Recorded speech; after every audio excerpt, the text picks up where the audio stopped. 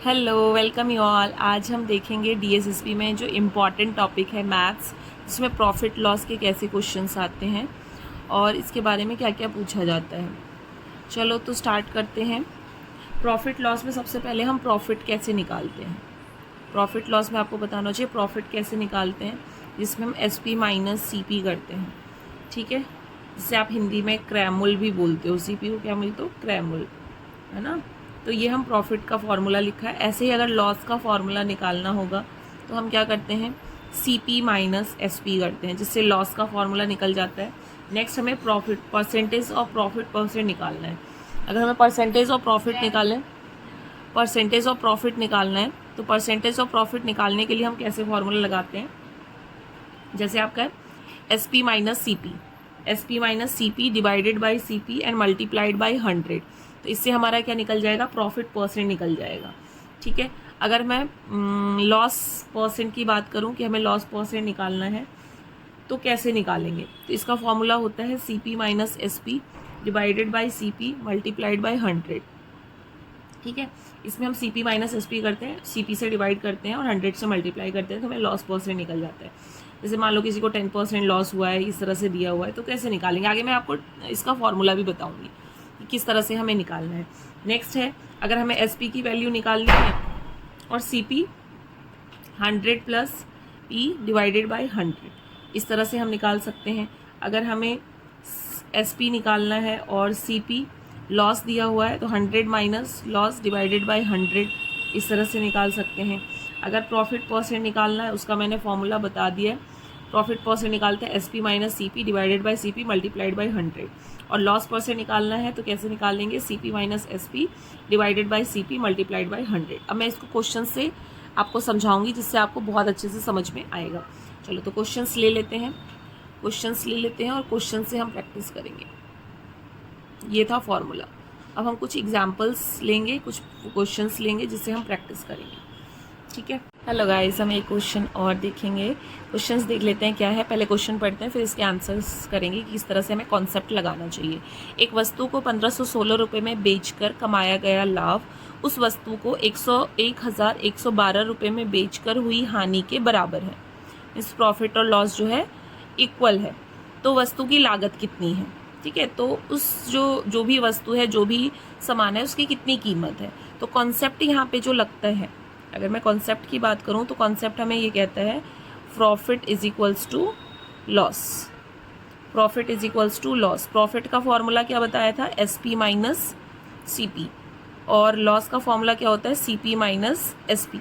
ये बोला एक वस्तु को 1516 रुपये में बेचकर कमाया गया लाभ, मतलब एसपी माइनस सीपी किसके इक्वल है, 1012 रुपये में बेचकर हुई हानि, मतलब लॉस के बराबर है। जितना प्रॉफिट उतना लॉस क्या है, दोनों इक्वल है। तो वस्तु की लागत कितनी, हमने दोनों का फॉर्मूला लिखा।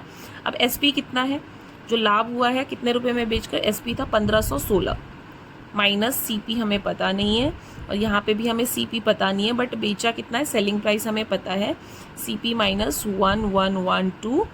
तो हम यहाँ पे 1516 इसको इधर ले आते हैं, इसको यहाँ पे लेके आ जाएंगे, है ना। तो ये माइनस में है, तो इस साइड आके क्या हो जाएगा, प्लस में। ये आपको पता होगा, 1112 इज इक्वल्स टू सीपी, तो इस साइड ऑलरेडी है, और यहाँ से इस सीपी को उठा के इधर ले आएंगे, तो ये आ जाएगा प्लस सीपी। तो इसको अगर हम ऐड करेंगे तो कितना आएगा, 1516 plus 1112 is equals to 2 CP हम लिख सकते हैं। तो सीपी इज इक्वल्स टू क्या हो जाएगा, 1516 प्लस 1112 डिवाइडेड बाई 2। अब इसको सॉल्व करके आप निकाल सकते हो। और जब इस तरह के क्वेश्चंस आपको मिले ना, तो इसका कॉन्सेप्ट यही कहता है, इसका ट्रिक यही करता है कि इतना सॉल्व मत करो, डायरेक्ट जो सीपी की वैल्यू होगी ना, जो दो वैल्यू दी हुई है उन दोनों को ऐड करो, डिवाइड कर दो डायरेक्ट। ये डायरेक्ट ट्रिक है। लेकिन ये होता है जब हम बहुत ज़्यादा प्रैक्टिस करते हैं, हमें सारी चीज़ें क्वेश्चंस देखते ही पता चल जाता है कि क्वेश्चन किस तरह का पूछा हुआ है, तब हम ये चीज़ें डायरेक्ट फार्मूला लगाते हैं। मीन्स हमें इतने सॉल्यूशन की ज़रूरत नहीं है। ऐसे क्वेश्चंस में, ऐसे कॉन्सेप्ट में हम ये ट्रिक लगाते हैं, सीपी इज इक्वल्स टू जो भी वैल्यू दी हुई है दोनों को ऐड करके हम 2 से डिवाइड कर देते हैं। तो हमने जब सॉल्व करके निकाला तो भी यही आया, और डायरेक्ट कॉन्सेप्ट लगा के भी हम इसको ऐसे सॉल्व कर सकते हैं। तो बस अब ऐड करो, 2 से डिवाइड कर दो, आंसर आ जाएगा। आई होप सो ये कॉन्सेप्ट आपको अच्छा लगा होगा और इस तरह के कॉन्सेप्ट को आप इजीली इस शॉर्ट ट्रिक के साथ कर सकते हो। हेलो गाइज, इसमें देखेंगे हम एक क्वेश्चन है, प्रॉफिट लॉस का ही है बट अच्छा क्वेश्चन है। देखते हैं, ऐसे क्वेश्चन की प्रैक्टिस रहेगी तो आप कर सकते हो। क्वेश्चंस पढ़ेंगे। क्वेश्चन क्या कह रहा है, ए ने एक सामान खरीदा, बी को 25% लाभ पर बेच दिया। ठीक है, बी ने सी को 10% हानि पर बेच दिया। यदि सी ने 675 में 675 में सामान खरीदा हो तो ए ने कितने रुपए में सामान खरीदा। समझ में आया कि सबसे पहले ए ने एक सामान खरीदा था खरीद कर और उसने बी को 25% प्रॉफिट पे बेच दिया। अब बी ने क्या किया, उसे सी को 10% लॉस पर बेच दिया। जो भी जितने में भी उसने खरीदा था उसको 10% लॉस में बेच दिया। तो पूछा गया है कि अगर सी ने इसे 675 रुपीज़ में सामान खरीदा है, मतलब सी ने बी से कितने में खरीदा, 675 में, तो बताओ खरीदा हो तो ए ने इसको कितने में सामान खरीदा था, क्योंकि सबसे पहले ए ने ही खरीदा था। तो देख लेते हैं, हमने माना, क्योंकि हमें पता नहीं है तो हम क्या करते हैं, हमने माना कि ए ने x रुपए में खरीदा।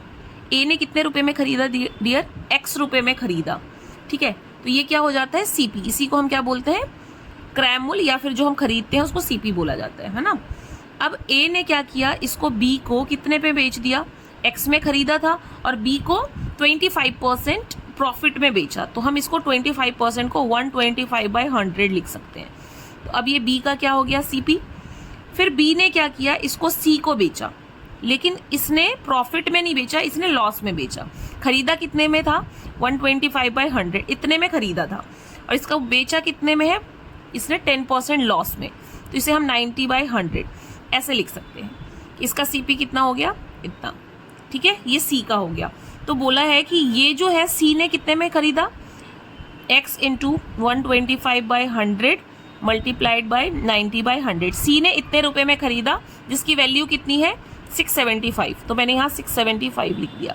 अब मैं इसे सॉल्व कर लूँगी और x की वैल्यू निकाल लूँगी, तो मुझे ये पता चल जाएगा ए ने इसे कितने में खरीदा था। ये इतने में सी ने खरीदा है, जिसकी टोटल वैल्यू कितनी है, 675। अब इसमें x की वैल्यू निकालनी है, तो आप कट कर सकते हो और इसकी वैल्यू निकाल सकते हो, है ना। तो मैं इसको लिख सकती हूँ, x is equals to 675 multiplied by 1000। एक 0 कट कर दिया, यहाँ पे कितना आ जाएगा ऊपर 1000 डिवाइडेड बाई 125। मैं इसे कट करूँगी 5 से, 5 2 ज़ा 10, 5 2 ज़ा 10, 5 5 ज़ा 25। फिर मैं 25 से कट कर लूँगी, 5 से कर लो, चलो 5 4 ज़ा 20, 0, 5 5 ज़ा 25, 5 8 ज़ा 40। ठीक है, और 9 कहाँ गया, 125, और यहाँ पे 9 भी आएगा। ठीक है, 125, यहाँ पे 9 भी आएगा, तो 9 आ गया। अब इसको हम कट कर लेंगे, 9 से कट कर लेते हैं, 9 7 ज़ा 63 और 5 आ जाएगा, है ना। 9 5 ज़ा 45। इसे सॉल्व करोगे तो इतना ही आएगा। 75 को 8 से मल्टीप्लाई कर लेते हैं, कितना बच गया, 75 इंटू 8 इज इक्वल्स टू कितना आ जाएगा, 600। तो x की वैल्यू कितनी आ गई, x की वैल्यू आ गई 600। तो a ने कितने में खरीदा था, x रुपए में, और x की वैल्यू कितनी आ रही है, 600। इसलिए a ने इस सामान को कितने में खरीदा, 600। इसका राइट आंसर क्या जाएगा, 600। तो आई होप सो, मुझे लगता है आपको समझ में आ गया होगा। ठीक है, आई नो कि जो नर्सिंग वाले हैं उनकी मैथ्स अच्छी नहीं होती, बट बहुत ज़्यादा कैलकुलेशन नहीं है। जो बोला है हमने उसको रखा है कि ए ने x रुपए में खरीदा, बी को 25% प्रॉफिट में बेच दिया, तो हमने 125/100 किया। फिर बी ने सी को 10% लॉस पे किया है, बेचा है ना। तो पहले खरीदा कितने में था, x इंटू 125/100 मल्टीप्लाइड बाई 90/100। ये सी ने इतने में जो है वो सामान खरीदा है, जिसकी वैल्यू है 675, और इससे हम x की वैल्यू निकाल लेते हैं। तो हमसे क्वेश्चन में यही पूछा, ए ने इसे कितने रुपए में सामान खरीदा, ए ने इसे 600 रुपीज़ में खरीदा, क्योंकि हमने ए की वैल्यू को क्या माना था कि ए ने इस सामान को x में खरीदा था, इसलिए। तो इसका आंसर क्या जाएगा डियर, 600। आई होप सो कि इस ट्रिक के साथ जो क्वेश्चंस आपने निकाला है आपको समझ में आ गया होगा, और डायरेक्ट अगर यही क्वेश्चन आता है तो आप बहुत अच्छे से इस क्वेश्चन को सॉल्व कर सकते हो। Thank you.